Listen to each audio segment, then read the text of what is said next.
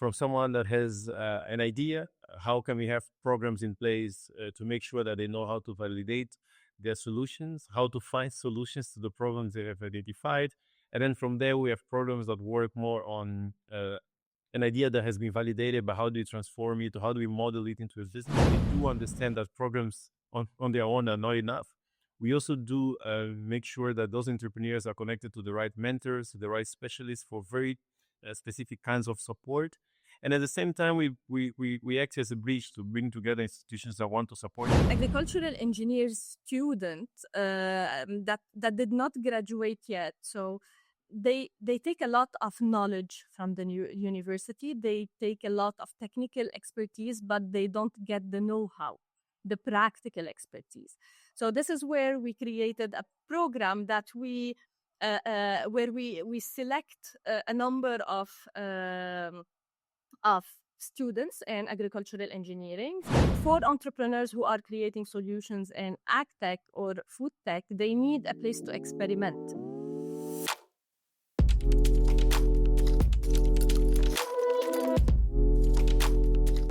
Hi, everyone. Thank you so much for joining in once again to Africa Tech Talks.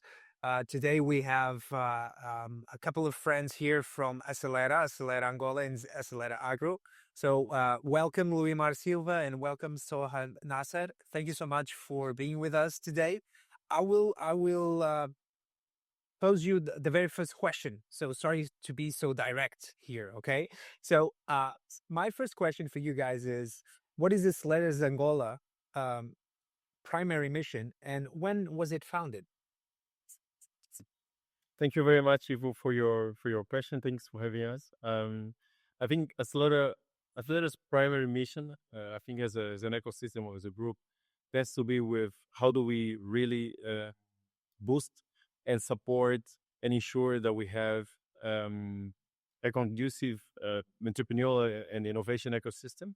And at the same time, our biggest goal is to facilitate the process or the transition from ideas to real sustainable business. So I think in a nutshell, we try to work around the entrepreneurship and innovation ecosystem in the continent. And from the entrepreneur side, the direct impact is on how they can transform their ideas into real businesses. Acelera has been founded in 2017, just to answer the question as well. Okay, so 2017, so it has been like 8 years. Or in 8 years. Time passes by quickly. So you're not you're still young organization, okay, but you already have 8 years on the road, on the highway. So you have lots of stories I can imagine to share with us.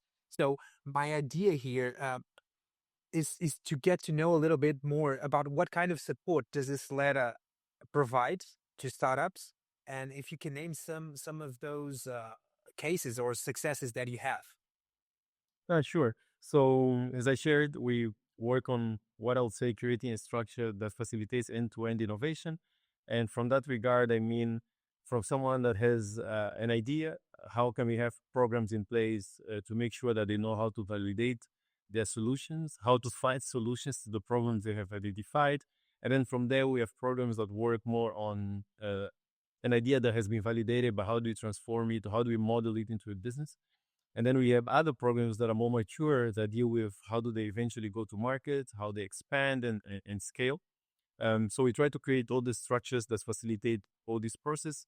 At the same time, because we do understand that programs on their own are not enough, we also do make sure that those entrepreneurs are connected to the right mentors, the right specialists for very specific kinds of support.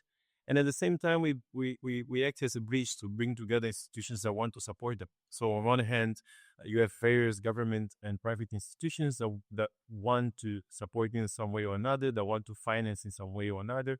And Acelera tends to be an ideal channel for many of them. That they find it as a channel, as I said, to basically direct all these kinds of supports. So I think in a nutshell, we tend to create from programs, events, different mentorship formats, co-working facilities. But on the other hand, also how do we bring together different partners internationally or locally that want to support of those young innovators so that they thrive. Okay, so that's very interesting. So you guys act like some kind of glue to the ecosystem, right? So you put the pieces together. You like the maker. There's a big jigsaw, and you kind of put the pieces together and help all the players connect to each other. So facilitates the ecosystem to thrive. Um, Yes, so good. you guys have like you're the head of growth at Acelera, right? Do you have a specific program called Growth Lab? Can you talk a little bit more about that and tell us who is involved in that program? What is that program and who is involved in the program, please? Sure, sure. So I think one of the other questions that you had previously was more on some success case studies, for example. So I think because we are so complete in terms of our approach, we tend to have different companies participating at different programs for their different stages. So we have programs that cater for different maturity levels, I can say, in terms of startups. So from ideas, you'd find companies that joined Acelera while they were still like kind of trying to figure out what they're really going to do. And I think in terms of help this that we will mention or that comes to my head right now, a specific one that is more recent will be Work. Work tries to integrate a lot of I would say service providers that we usually use on our everyday to run our households and so on to the people that actually need them. So it's an app called Work, and those are like this is an example of a startup that started from the Jumpstart, that is our program very focused on working on ideas, and that has been transitioning to different programs, and now they're very mature, they're in the market, and they have revenue and some traction. But we also have programs that have startups participating that are more mature. Like, for example, we have investment readiness program, and now we recall perhaps the nearest that we had. And this is like almost at the most senior levels of programs that we had. And it's an investment readiness that I think the last one was the Meet the Toshikas that we did with the UNDP and Double Feathers. So this is like private equity, so a venture capital company from Japan, where we had all kinds of startups that are very exciting, that are very mature, doing a lot of great things in the market. The likes of Anda, Check-in, Cubeta. Cubeta actually participated in Growth Lab that I'll mention now. Mirantes, but you had Api Saud, so very, very prominent companies. So we do have a lot of really exciting companies that do participate, depending on which level and which need they have. We have those cases from companies that started from an idea and they're still maturing with us, but others that come for very specific programs, like I shared. And Growth Lab is a program that we have had the first edition within LISPA. So LISPA is the central bank's innovation lab, if I can say it like that.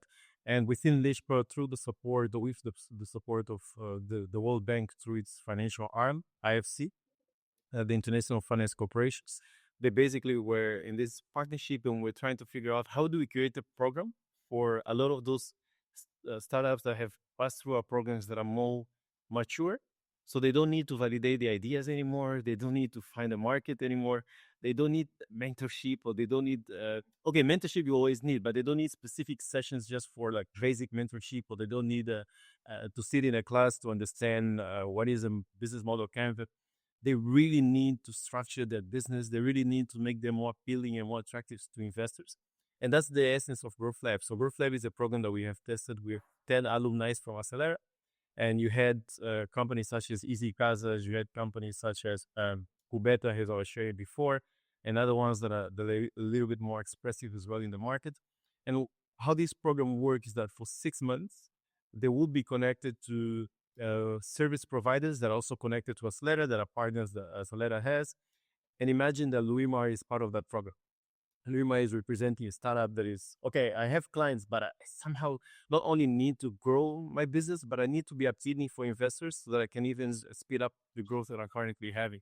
And as Lera basically said, he is a stock of specialists. He is a stock of service providers that you can access in a period of 6 months to like make sure that you have all your contract templates in place, to make sure that you have your accounting in place, to make sure that you understand the taxes that you need to pay from an HR perspective, that you have all the support that you need from a business development perspective. They also had specialists in terms of marketing and sales to support them, not only with like content in terms of what they would do if they were the ones running those companies, but also more like consultants that I have like almost like our bank that I can tap into every time that I need to clarify. So it's like I'm running a business, but I have an entire board of specialists that I can consult on.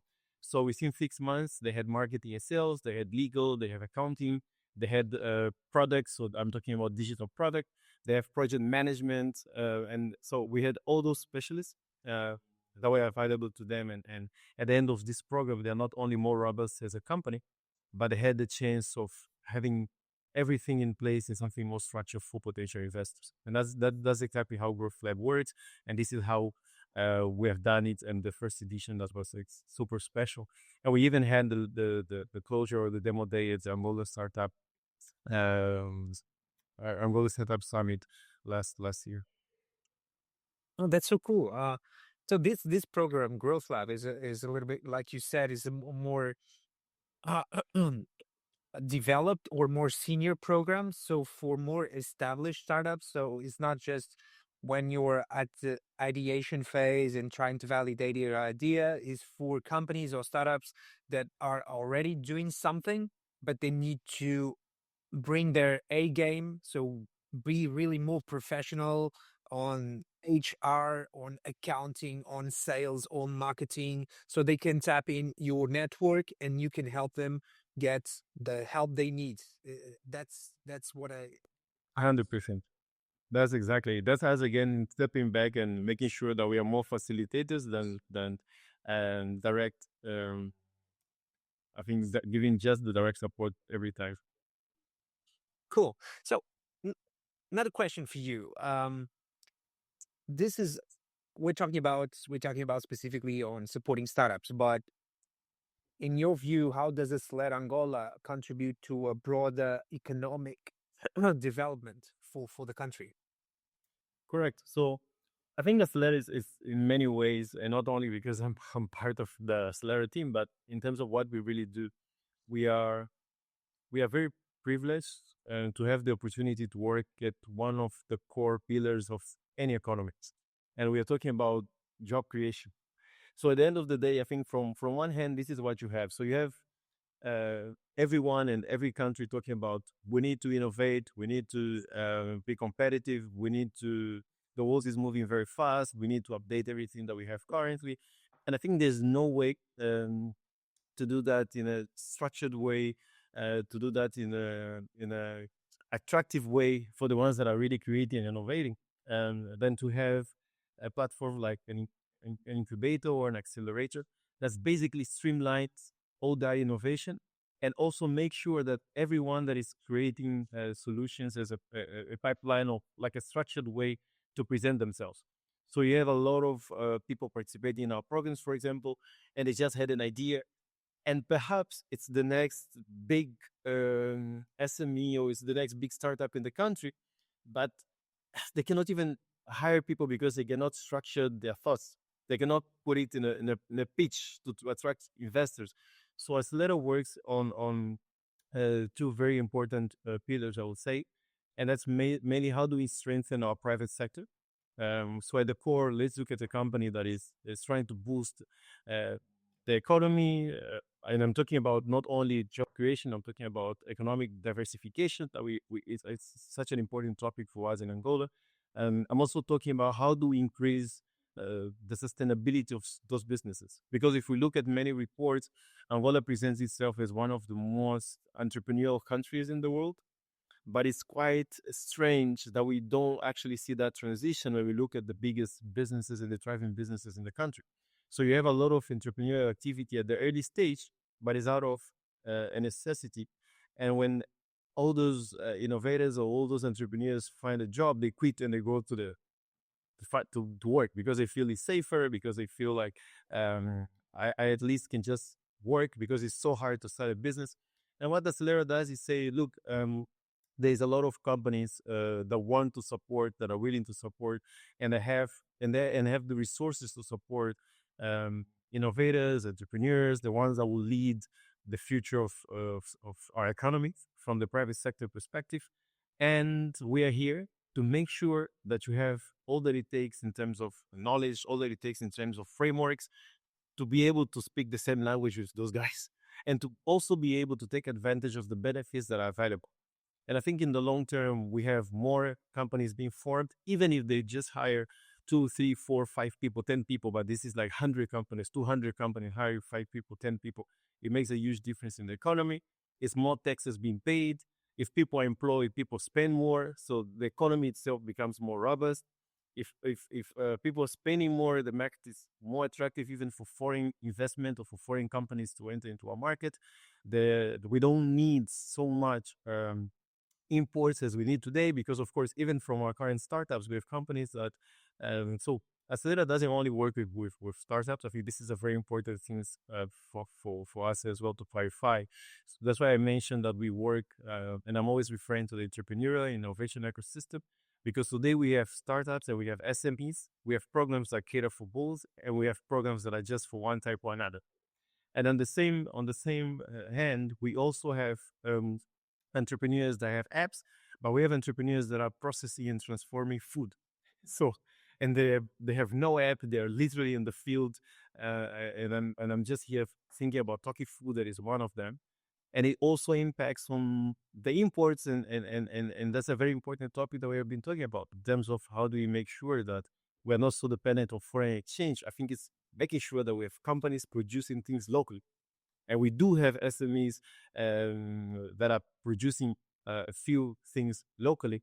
And in order to produce more, they need the more robust business. They need a more structured business. They need a business that communicates trust. So Acelera ends up being, and we do have also a very important conversation with some funds, not only in Angola, but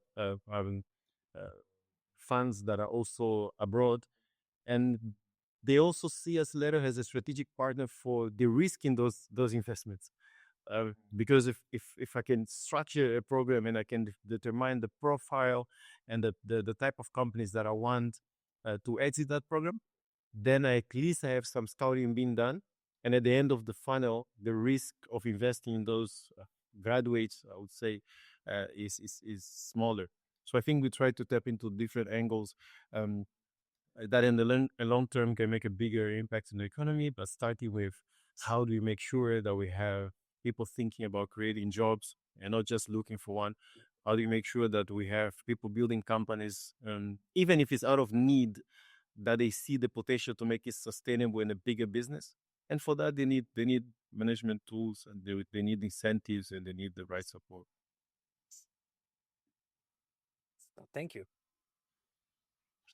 So, as far as I understand, you guys work as a cushion at some point, but also as a fire starter.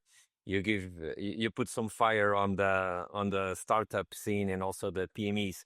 My next question is directed to Soha, and it goes like this.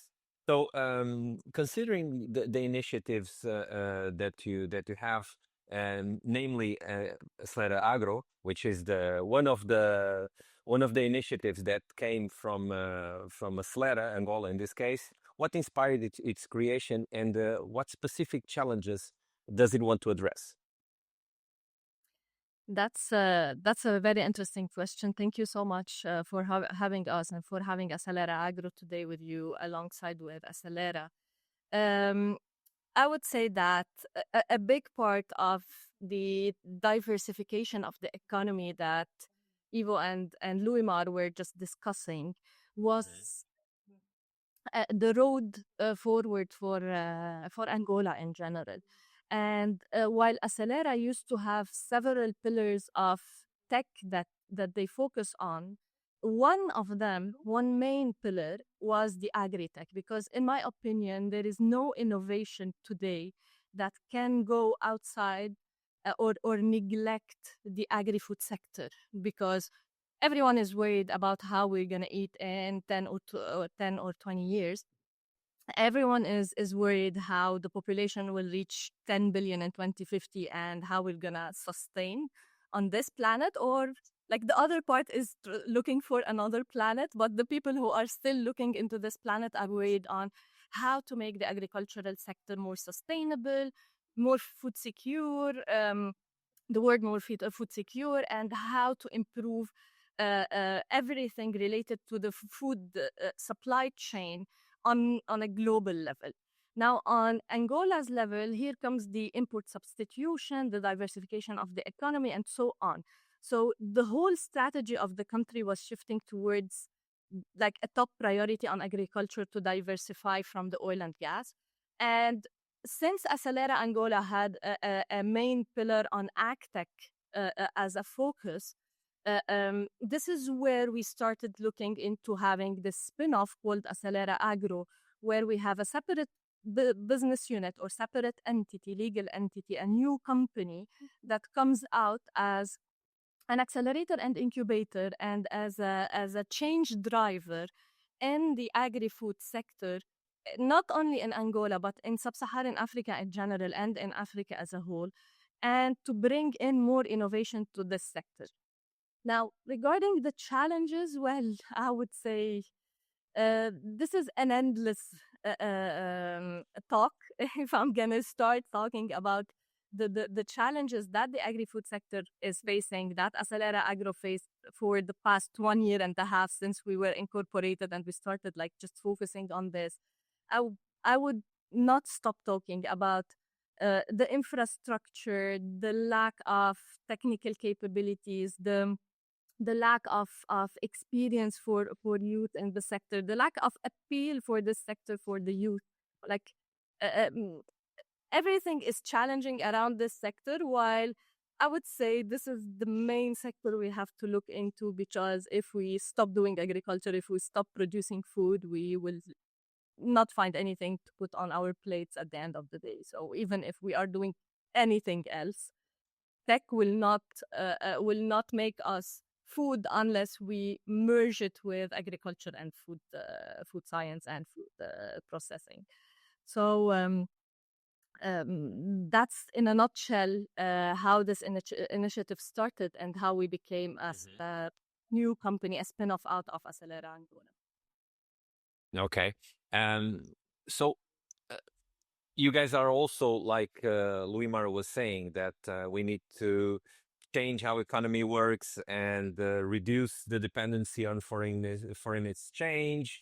So you guys picked up from then and started this type of program. And looking at it, how are you structuring this type of programs?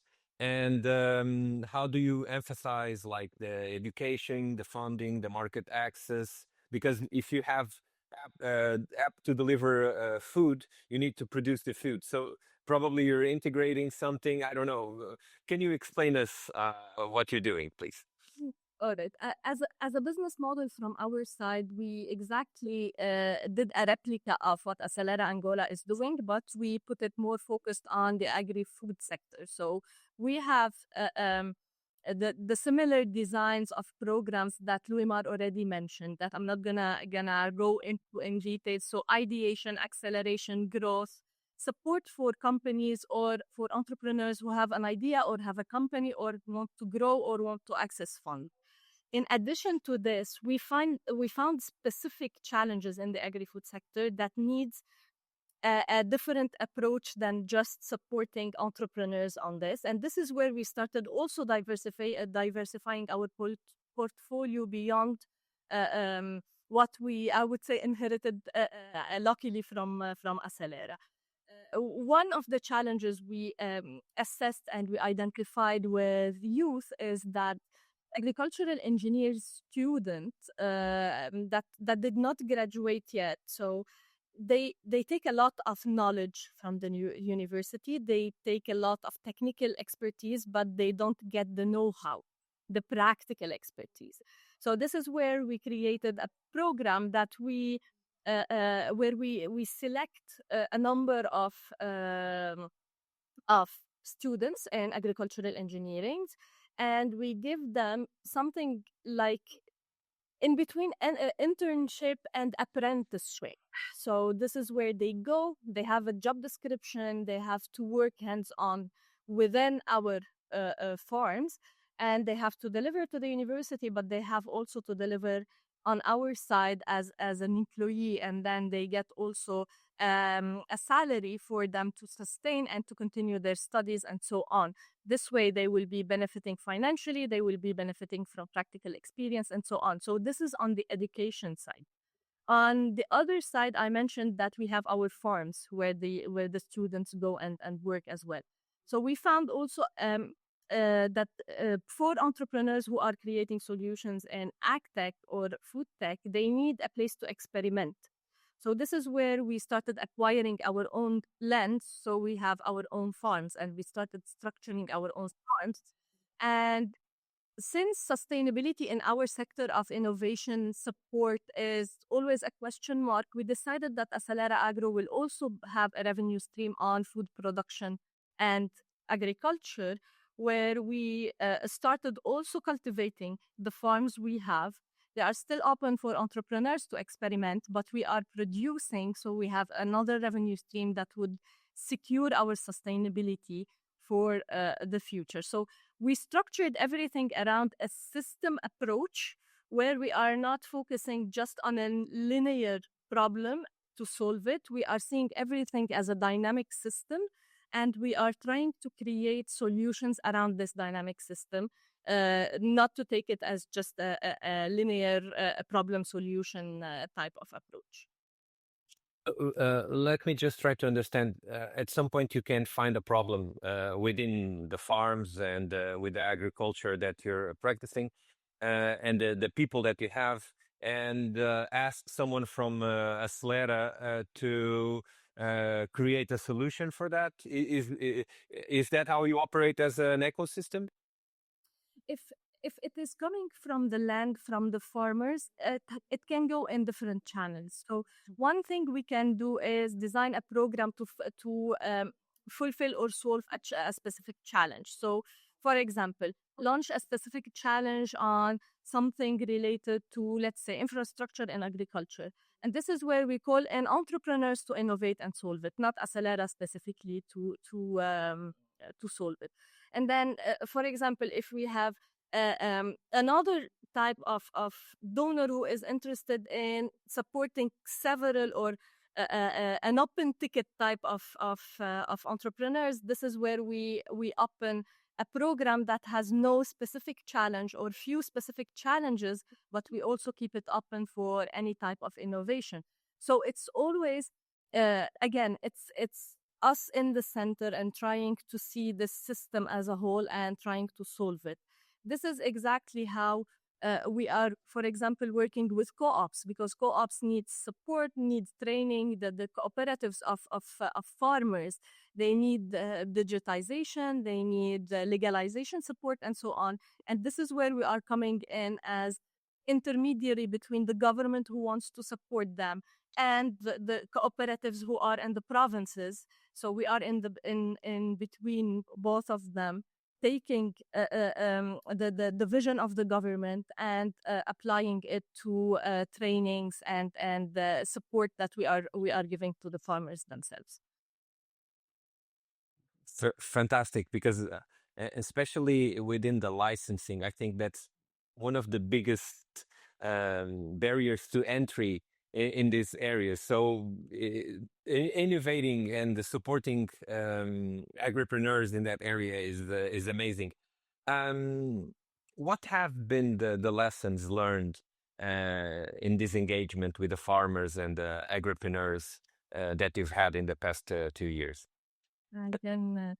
I can definitely have a long list of learnings. Like I will emphasize again on something I already mentioned. Agriculture without infrastructure is hectic and hard to sustain, and this is where we need a lot of support to start having better roads, better connections, better support for the farms, better mechanization services, and so on. This is one of the things we learned from our experience and from the farmers. the yield is very, very low when we look at sub-Saharan Africa, for example. The hectare is giving 20% of its potential. So instead of going and removing forests to improve our agriculture, what we can do is just improve on the hectares we already have. We are already cultivating, and that's already an 80% improvement if we can reach the 100% output of what we have in terms of lands that we use. Another one that I already mentioned is we need youth to be to have practical experience in the sector, but also to be excited about this sector. It's one of our main, I would say, like mission is to convince youth that you can be cool and work in agriculture.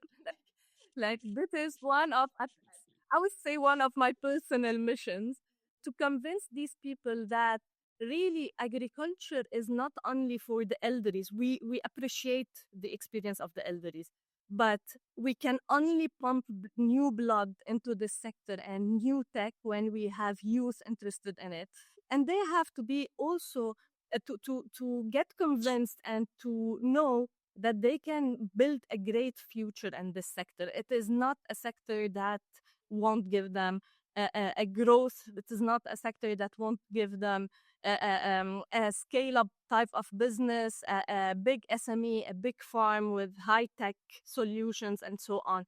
So they need to imagine and seek and envision how agriculture can be in the future and how they can play a role in this. It's very challenging, honestly, to convince these youth that like coding and development and the hardware and this type of work is not the only way around like to be cool and to build a great career and a great business. So So people, I will, yeah. sorry, so you're seeing a trend on the youth that, I don't know, maybe they are seeking more office-like jobs or tech-like jobs, and maybe they associate, because of historical reasons, agriculture with poverty or subsistence agriculture, which is quite challenging, right? So they try to run away from that because that's what they've seen, what that type of agriculture. But you're trying to show them that it can be much more than that. Yes, exactly. And look, I come from Lebanon. I've been here in Angola for the past 2 years. I was thinking back then that it is just a Lebanon context that young people do not see agriculture as a potential sector for big things to happen. To a point whenever I tell anyone that I'm doing agricultural engineering, they were like, "Wow, why did you choose this sector?" And it's funny because when you see what you can do, it's totally different. When I came to Angola, I was also surprised that apparently it's a global thing, and like especially like the kids of farmers, they look at agriculture as the place where their parents are stuck and they want to go out of it. Some of them, fortunately, are changing mindset and are thinking that I want to go do agricultural engineering and take over this and build it to become a better business. But yeah, the overall thinking is that agriculture cannot make big things out of this. So you're also trying to sell the role of the farmer, make it sexy, make it appealing to young people so that they can join in and also go to the farms and develop this type of work. What have you, or what can you expect from this project or from the Acelera ecosystem in the next 6 to 12 months? Well, look, if you asked me this question a year ago, I would not imagine what we did till now. So I'm not sure I can now imagine what we're gonna do in the upcoming year with our ecosystem, with the support we are getting, being it from governmental institution or corporates and private sector or from donors. a lot of doors are opening. A lot of growth is happening in this sector. A lot of work is being focused on mechanization, on environmental approach in agriculture. So we don't go the way of West. We go all the way to industrializing the agricultural sector, and then we start thinking about the sustainability going back. So finding our way in between instead of doing this route. So we do not focus only on agriculture and on productivity and yield and improving the food security and livelihood. We have a worry also towards the planet and the environment. So I would say what you can expect to hear more about is more projects related to the intersection between agriculture and environment. More projects and more support related to import substitution. So at some point, Angola would not need to bring in, I don't know, 80% of its food from outside. And with all what this can cost Angola, from foreign currency leaked outside the country to logistical costs to higher costs as well, while Angola has the land, has the climate, has the water, has everything it takes to really cultivate a lot of amazing fruits and vegetables and secure food. And I would say it might not become real within the 6 to 12 upcoming months, but definitely within the upcoming 24 months is more focus on the food processing, because added value is very important as well. It's not about just producing the crop. It's not about just producing the tomato. It's about also what we do with the excess tomato we will have. Do we throw it away? Definitely not. So we need to start now thinking about what will happen in 1 to 2 years, where we start thinking about more processing, more added value to the crops, and more improvement on this level. Definitely logistics and infrastructure are I'm gonna make a call here, and through you say to any entrepreneurs who thinks that he has a good idea to solve problems in the infrastructure and logistics for the agricultural sector, to jump in now, to start now, because today we are working with farmers, we are improving their productivity, but if they cannot and we cannot take their production out of their land with the conditions of the roads to access their land and everything else, like it's nothing. We are doing nothing. All this work will go in vain, because why would I improve the production? Why would I put more into the land to get more if I'm not being able to take it out of the land and take it to the markets? And here we talk about access to market. So here it's a very I would say appealing type of problem that needs a real solution and a real innovative solution that is tailored to the conditions of the lands and the provinces and the places where we do agriculture as well. Let me just probably add that it's not only the conditions that we have about the climate, about the land, everything. We also have a big market, and we had Looney a few weeks ago telling us that we have 1.5 billion people to feed, and there's not enough food for everyone, and that's not being produced in Africa. So also it needs to be done. It's a matter of security, food security, but also there are many other aspects that need to be addressed in this. Definitely. And this is where we have to think about input substitution and food security as well. Because import substitution is basically producing what we import and what we pay for import and produce it locally. So you have less cost, more accessibility, more availability for the population, so better food security.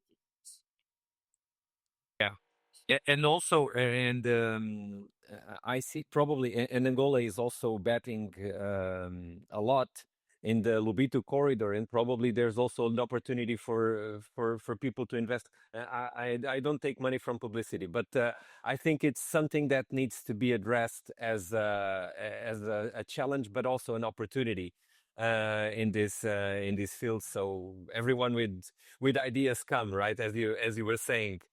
Ivo, back to you. Yeah. So, by the way, it's been amazing, almost 40 minutes of talking here. I just want to wrap up with one final question to you guys, and because we are also mainly a technological podcast as possible, um, I took this figure, Soha, that typically crops here in Angola, they're using like 20% of their potential, their yield, right? So compared to what they can be done. One of our previous guests, Looney Leaves, from Africa Eats, he told us that one of the things his company or fund does is, when they enter a company, a small, medium-sized company, they try to improve their operations in there, and one of the things, reduce waste. So one of the things they do is like they support them to improve their management practices and their waste. So typically, they were noticing some businesses on the food sector, wastes can go to almost up to 40% or 35%, right? So just reducing the waste since you start planting until it gets to the final markets. If you reduce the total waste to 5%, that's a major increase in productivity, and sometimes that factor alone makes the business viable, right? So just reducing the waste with the current production, but reducing the waste, and they do that with not only, but I was thinking about the technologies, simple technologies like mobile phones, in order to get information, updated information from the rural areas to the more urban areas, and trucks, modern trucks. So you can do the logistics properly, right? And so my final question is, how do you think the role of technology, because technology can mean a lot of things, is not just uh, information systems. It can be improved seeds, it can be better fertilizers, it can be a lot of things, right? So, but in your particular case, uh, what has the role of technology and innovation um, impacted, or do you think impacts your programs and the delivery of your initiatives specifically? Ivo, commenting on what you just mentioned regarding food waste, there is two types. There is the food waste and food loss. So the food waste at production level and the food loss at consumption level. Until today, Okay. globally, we are producing uh, enough food to feed the full globe, the full population of Earth, but what we are wasting is around 30 to 35%, as you mentioned. And then we have populations with food insecurity, to malnutrition, to even not finding food at the end of the day, and going through multiple days not eating. So like, we are worried about the future of production because the population will grow. But today, with the production we are doing, we can feed Earth, or the full population, but we are wasting a lot of it. So definitely, technology is what we look for through our programs. So I would say it is something that we preach, and we try also to apply. It's not just preaching for something that we do not work. Being it biotechnology, as you mentioned, seeds, fertilizers, biostimulants, a new feed, because we are talking a lot about vegetable production, but there is also the animal production as well. So everything related to biotech, everything related to hardware, software, IoT, drones, big data, machine learning, anything you can imagine.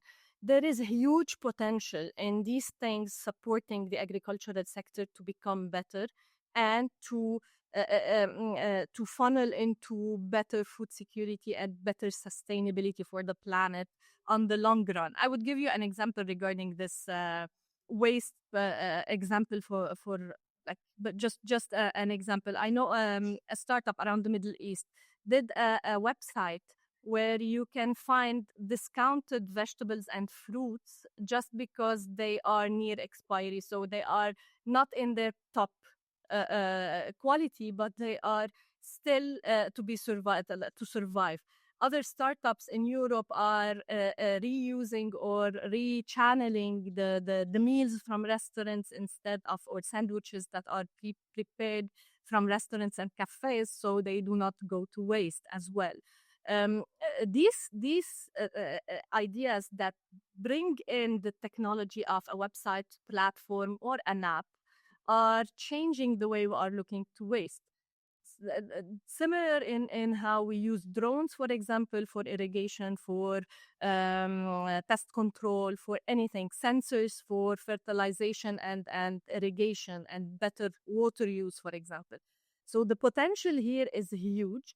And within our programs, we also take into consideration that in selecting startups, we want these ideas, but also that our programs have components that are digital. And here I might also leave the floor for Luimar to talk maybe about Rise Up, for example, that is digital, or like us also using the technologies, us in the farm bringing in startups to implement a new set of sensors, and not only for them to test it, but for us also to see what impact will give on our production and so on. So the same way we preach for technology to be developed by startups, we believe that we have to use it and deploy it in our farms and call for it in our programs, so we can make this a wheel turn, and we can start this how to say boulonnage,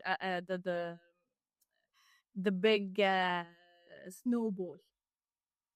Mm-hmm. It's interesting. Let me just taking an idea from Peter Thiel.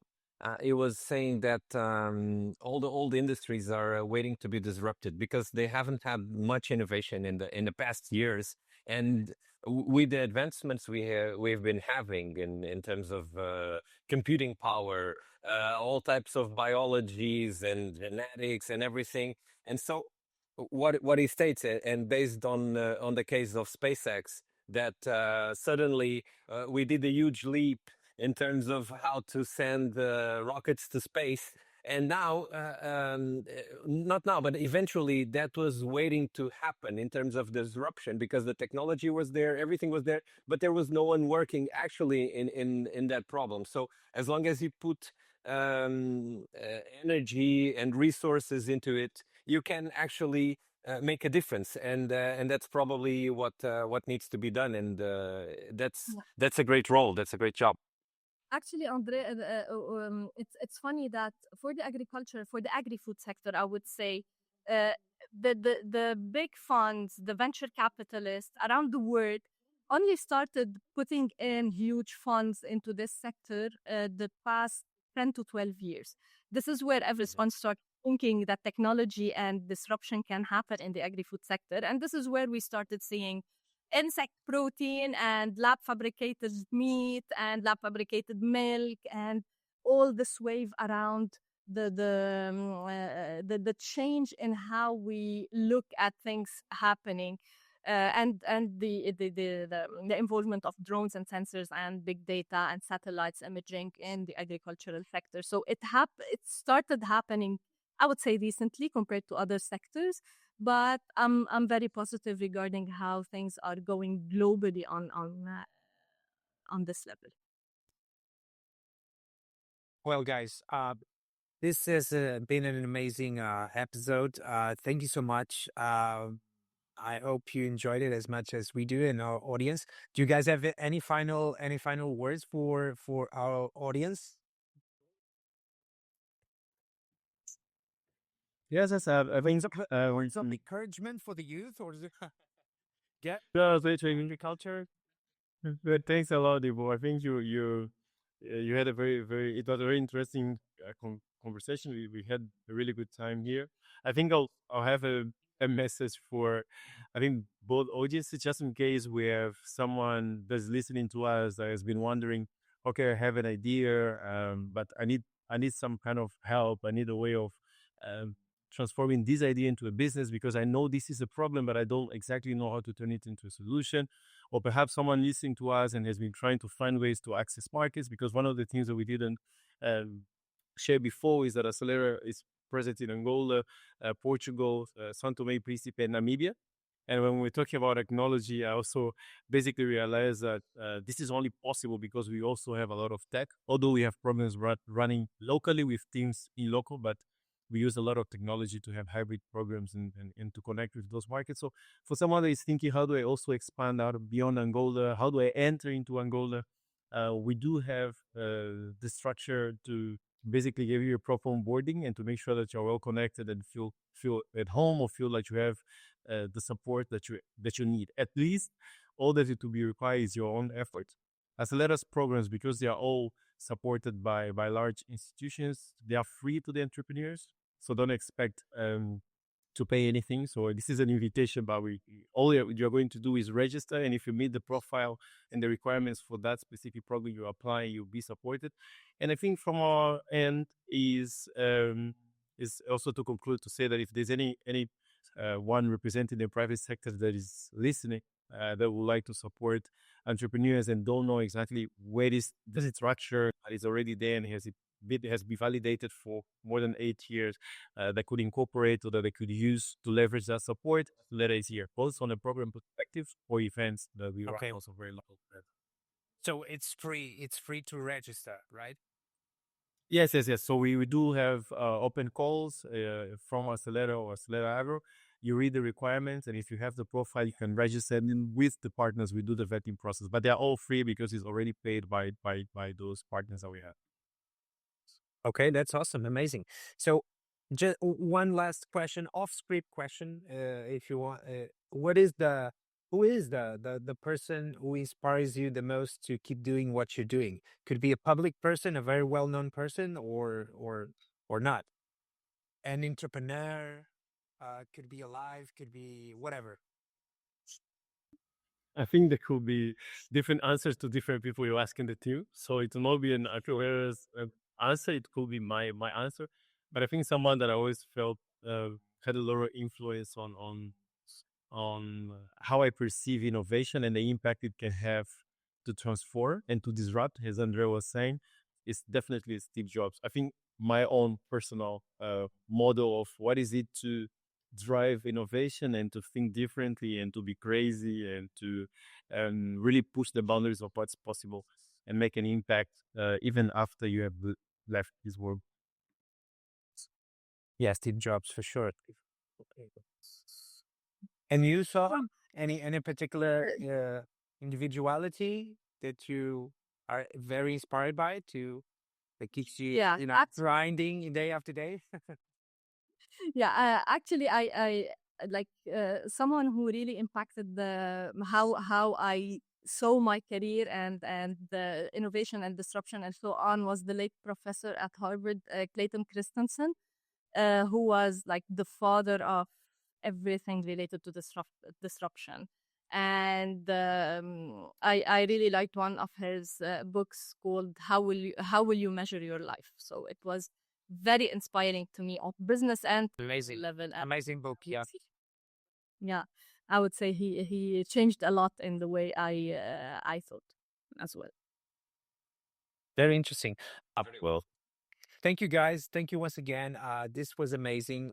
So we'll keep in touch, and best of luck and keep inspiring the young generations get into agriculture and also technology, of course. But we need way more people and not just the traditional or the traditional side of agriculture. There's a lot to be done, and Angola has a lot of potential, and all the countries here neighboring Angola, they have a lot of potential for this kind of sector and activity. See you next time. Thank you.